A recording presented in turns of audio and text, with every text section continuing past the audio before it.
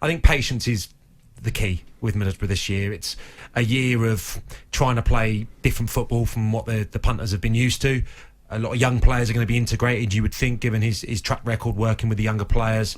It started off well at Luton. We were all enthused by what they'd done, and I think the last few weeks the wheels have fallen off, and the goals, really the pressure is on Sombalonga, as it has been for the last few years. And that the biggest thing that came out of that 4-1 defeat, I know they were better in the week in their draw with Preston, but you know, they've been so synonymous with being watertight defensively. The discussion at the moment is whether they'd be better off with 3 centre-halves in, and you know, we know how much we bemoaned Tony Pulis when he played, you know, a back 5 essentially of centre-halves. But there's an argument at the moment that they need to be more solid from crossing. So I wanted to speak to Nigel about it, and I think going into this game tonight, that is the most important. Former centre-half Jonathan Woodgate, Well, can his defenders, 2 or be it a 3, stop, or the wide players have to stop the supply, but can they get hold of Jukovic, who is the best in the business in the Championship at attacking wide balls? No, I noticed that night, it was at the Hawthorns League Cup, yes, so West Brom played an experimental lineup, but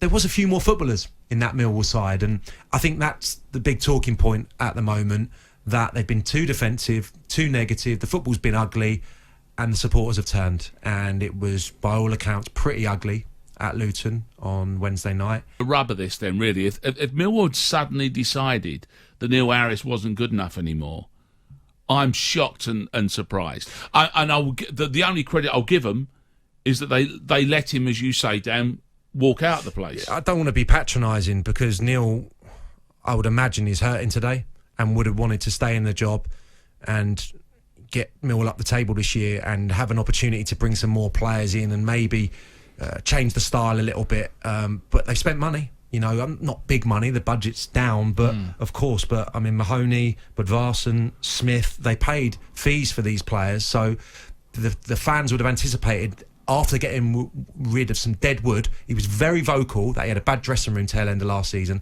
After doing that and still not being able to score the goals, as you say, Dan, and play entertaining football, if what we're reading is to be believed, the writing was going to be on the wall. I think you have to, I don't know, you have to look at it and credit them. Tony Pulis was saying the other day that they're the most loyal owners you'd ever find, and you have to take him at face value now, because I thought he was off. I thought that was him saying, done everything I can, I'm going to be off in the morning, meet the owners.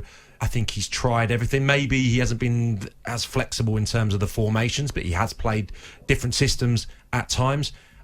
I just think it boils down to, in the summer, he had an opportunity to get that 11 exactly how he wanted it, to try and replicate what he did at Luton. And we can make the comparison, because Luton are above Stoke in the table now, by the way.